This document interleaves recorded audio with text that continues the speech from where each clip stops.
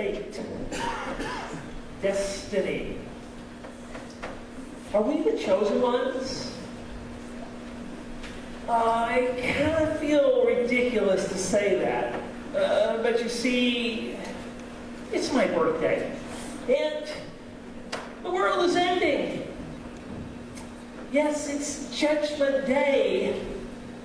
The end of the world. Can this be our future?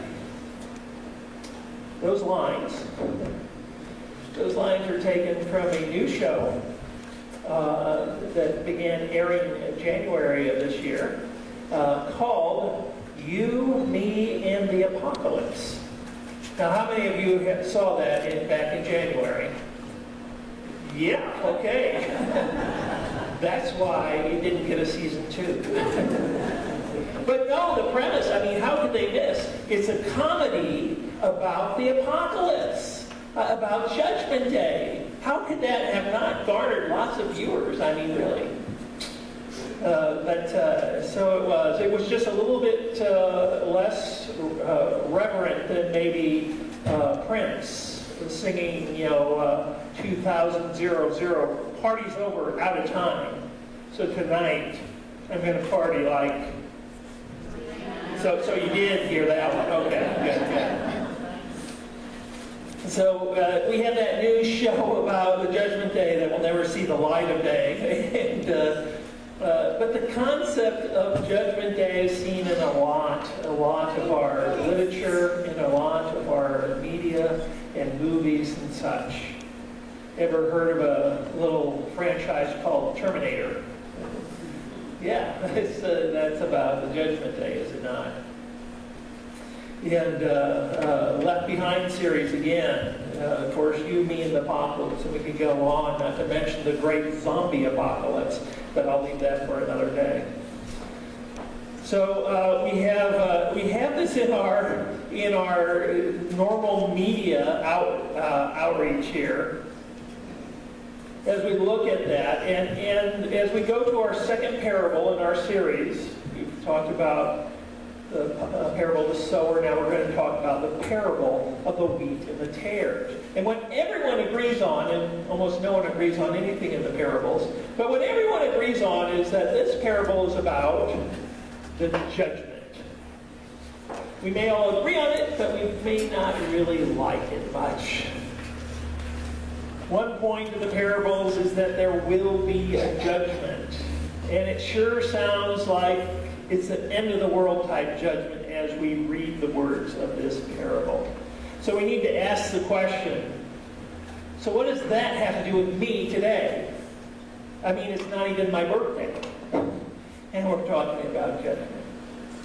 How does it impact my life now? Let's do a little review before we dig in. We started our series with 8 parables of Jesus found in Matthew 13. We call them the kingdom parables. And we suggested that these parables were the main way that Jesus would use to disciple, to train his own disciples. It was a conversation just recently that I was having with Jared French. By the way, he sends his love and his appreciation of the time they had here. And the whole topic came up about this idea of discipleship. And he was just asking me about how available people are here to enter into a real deep relationship with the Lord, and how that works currently here at the church. So we talked, and I said, yes, that's good. There are people here who love the Lord and walk with the Savior, desire to be discipled by Him. But when we look at Matthew 13, we see not just a discipleship program like we sometimes launch in churches, but we see the way Jesus discipled His own disciples. And they were with these stories, these 8 stories.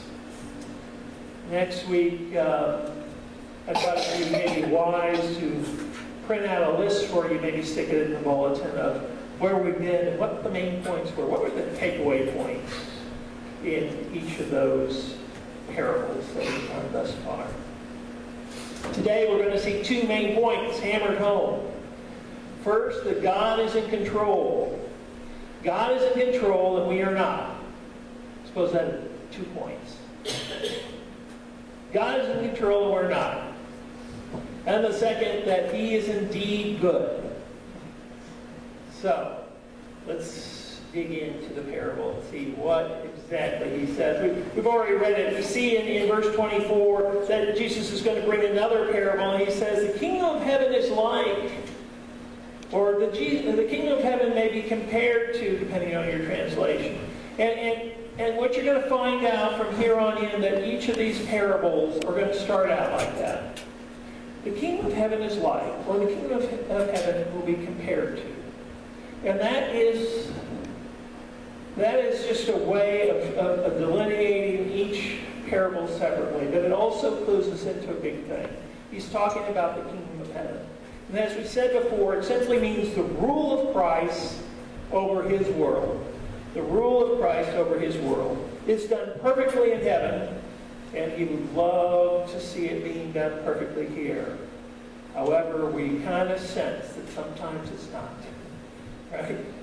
So he starts out, the kingdom of heaven may be compared to a man who sowed good seed in his field. And we get another parable of a farmer, a landowner who is now going out, because it's his field, and sowing seed. But we're told something that we didn't hear before. This is good seed. Good seed. Interesting detail. Verse 25 starts us off, kind of jars us a little bit because we get a but. There's trouble already, right? But while men were sleeping, his enemy came and sowed tares, weeds, also among the wheat, and then went away. But when the wheat sprang up and bore grain, then the tares became evident also, and the slaves of the landowner came to him and said, Sir, did you not sow good seed in your field? Isn't that interesting? See, we have a couple things going on already. We have this landowner who wants to sow seed, and he's got this good seed, so he sows it, and it comes up. But his men, I call this the big sleep, because we kind of read over that. Why they were sleeping. Why they were sleeping. What were they doing sleeping? It reminds me of Gethsemane when Jesus comes and says, stay with me for an hour and pray with me. And what happens to the disciples? They fall asleep. Could you not stay awake even an hour, he tells them? This very night, he's going to be betrayed. And so the men are asleep. Now it's interesting they're not condemned for that at all. So maybe that's why we skip over it. It doesn't come up again, JJ. Maybe it's not all that important. But the enemy comes while they were sleeping. While they're sleeping. And what do they do once they realize it? See, this weed, these tares, probably a form of darnel, which is a type of kind of poisonous weed that would look like the wheat until the grain comes up. And so when the grain shows up, that's when they're able to say, hey, we can spot darnel just as good as anyone else can, and this is not wheat that you have in your field. Among the wheat is also all this bad stuff. So what do? The same thing we do. Blame God for it. Didn't you sow good seed? Maybe this is your fault, Jesus. Maybe this is all your fault. You see, we question the goodness of God. We question his goodness. How then does it have tares? Now, well, the funny thing is, because they were asleep. They were asleep. So Jesus says, because you were sleeping, you idiots. No, he doesn't. No, that's what JJ would have said. Good thing that I didn't write this, right? And he said to them, an enemy has done this. Now, he doesn't spend any time on that at all. And he knows about it. So what does that say? He wasn't asleep at the wheel. He knows all about it. So the disciples get together. Excuse me, we don't list the disciples yet, do we? Okay, so the men come together and say to themselves, Then shall we go out and gather them up? Now this seems like the right course of action. Now, Jesus is going to tell them no. He's not going to add you idiots, but he's just going to say no. No, don't do it that way. Don't do it this way. It seems logical. We can tell the difference. A lot of people say, well, because they look so much alike, the men might make a mistake and pull out wheat when they should be getting the darnel, the stuff that looks a little bit like wheat. But no, remember, they've already identified it. The grains are already showing. It's very easy to tell which is which at this point. It has nothing to do with the looks of it at this point. They can easily spot it out. But he tells them, no, don't gather it up. Because while you're gathering up the tares, you may root up the wheat with them. So Jesus says, no, we don't want to damage the wheat. If you pull out the darnel, the wheat will be damaged in some way. Allow both to grow together until the harvest in time, and at the harvest I will say to the reapers, first gather up the tares and bind them into bundles and burn them up, but gather the wheat into my barn. Paul goes there. We have to skip down to verse 36 to see how Jesus applies this to the lives of his disciples. We see in verse 36 that Jesus, he leaves the multitude that he's teaching from the boat. Remember, he's in the boat teaching the multitudes, and he goes back into the house. That in verse 1, we're told he leaves the house and comes out to the multitude. We think that's Peter's house in Capernaum. And he goes back into the house. By the way, they think they found Peter's house in Capernaum. Interesting discovery recently. And his disciples came to him and say, explain to us the parable of the tares of the field. And he answered them and said, the one who sows the good seed is the Son of Man. So now he makes it perfectly clear who this man is. That indeed it is Jesus himself. Son of Man is his favorite expression for himself, when he refers to himself.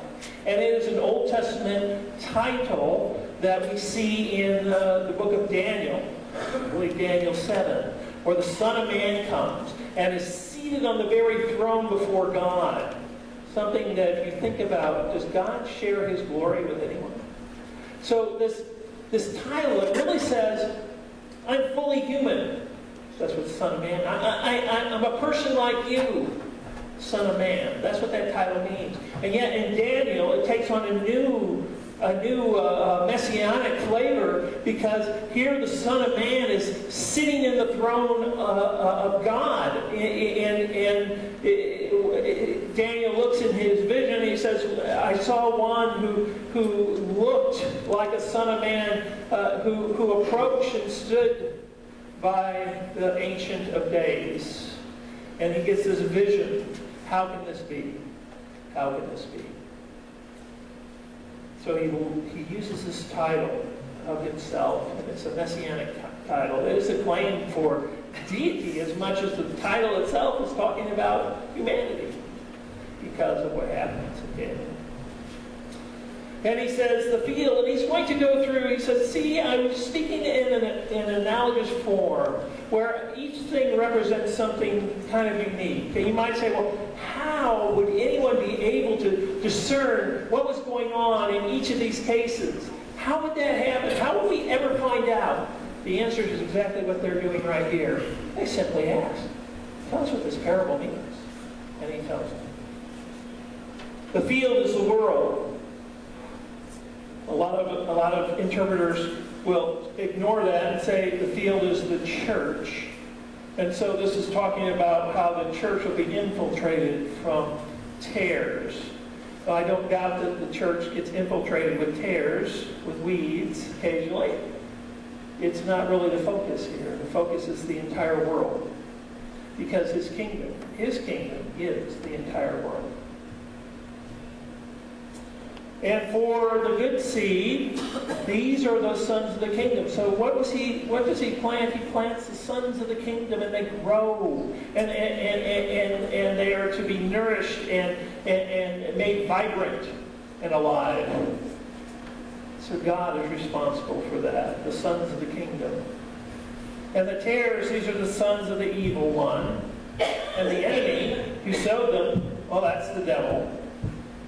And the harvest is the end of the age, and the reapers are angels. And so he just knocks down, and you're like, okay, wait, I need the original story again because I lost track along the way of who was who. But now you have the information you need to kind of figure out what's going on. Interesting, in verse 39, it talks about the end of the age, and really in the scriptures you see two ends of the age. You see one is happening right at the moment that Jesus is speaking. Is the end of that current age where Israel it finds its Messiah. And not many years after this, Israel will be destroyed and will enter into the church age, 70 A.D. And so that's one end of the age that Scripture talks about and lists up. The consummation of the ages it speaks of. And then there's another end of the age, which is more end of the world judgment day type end of the age. So you might think, well, which is he talking about here?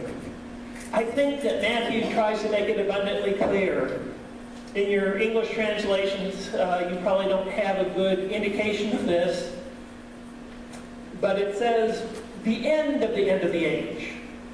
The end of the end of the age. Sometimes translated in a few, not many, translation as the very end of the age. He's talking about not just the changes that's going to happen because he's there, but even further on at the very end, Judgment Day, if you will. The very end of the age.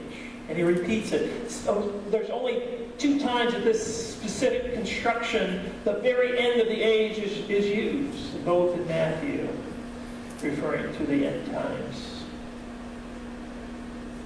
And the reapers are the angels, which is also kind of clues us in that we may be talking about the ultimate end here.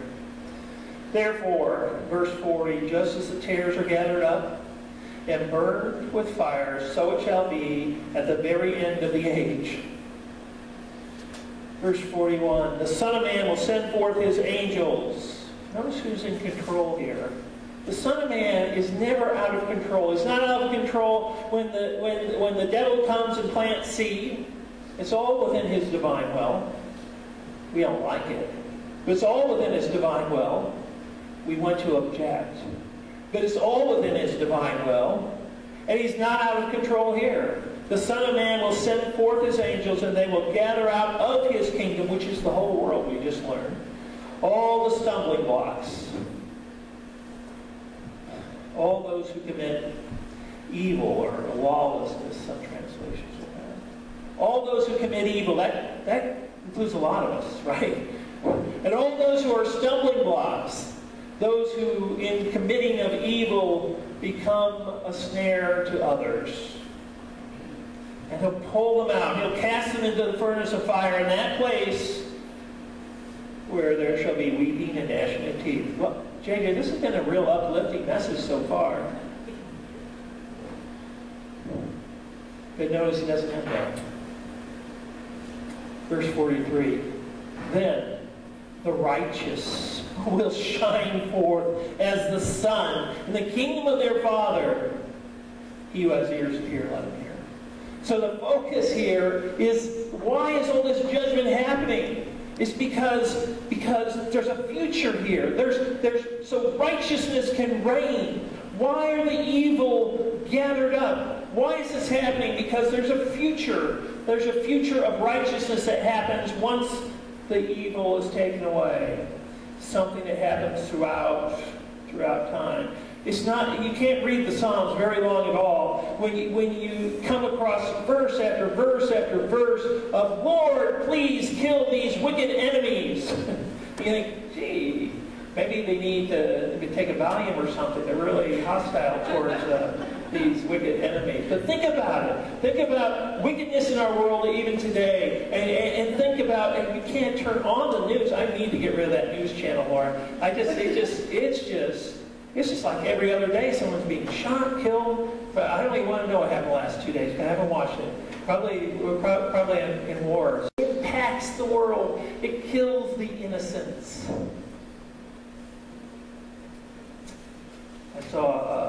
report before I just turned it off. What was it, 6-year-old boy? Did you see it? Lori refuses to watch. Who, another boy, maybe 13, 14 years old, shot and he died, passed away. This is the way that the innocence is destroyed in our world. And you see, when Christ comes, the goal is not simply to say, hey, everything's going to be okay. Your sins are forgiven. Here's your get out of jail free card. Except it says get out of hell free card. It's not that simple. He wants to redeem the entire world. His goal is to redeem everything, even the fallen world we're in. This parable says, I understand exactly how things are now. This is how things are now. There's evil amongst us. I'm calling you out of that. And my goal is to redeem all of that. See, I'm in control. I'm not out of control. And there's a reason behind everything. And so he looks forward to that, to how the righteous will shine. We should have ended with shine, Jesus, shine. That'd be good. The righteous will shine. And he brings us to that. Yes, God is good. That's something we doubt sometimes. Yes, He's in control. The other thing we doubt sometimes. And the parable is there to remind us, no, I'm not out of control. There's a reason for everything. And we won't tear them up because, as strange as it seems, the wheat need the tares to grow to their healthiest. We don't understand it. We don't get it. We won't get it until the other side of heaven, quite frankly. We don't get it. Some will be mad. I even suggested. It seems so horrid. And yet Jesus says there's a reason behind it. And we're going. One professor told me, and I'll end with this. He said, JJ, this is not the best of all possible worlds. I must have been compliant. I don't remember the conversation other than what he said. He said, this is not the best of all possible worlds. This is not the best of all possible worlds. Apparently, I was young enough to think that it might have been. I don't know. This is not the best of all possible worlds. What this is the best way to the best of all possible worlds. Stuck with me. Stuck with me. See, that's what Jesus is promising here. This may not be the best of all possible worlds. You yourself can imagine a better world. But it's the best way to the best of all possible worlds. Let's pray. Heavenly Father, thank you for your word. Thank you for these parables. They touch us at our heart level. We just thank you for your grace. We thank you for your goodness. Lord, we confess that when we doubt that goodness, that we are but judging from our own evil hearts, from our own limited perspective. We thank you that you're in control, that you're sovereign. You're both good and sovereign. And Lord, that will indeed lead us to the best of all possible worlds. In Jesus' name we pray.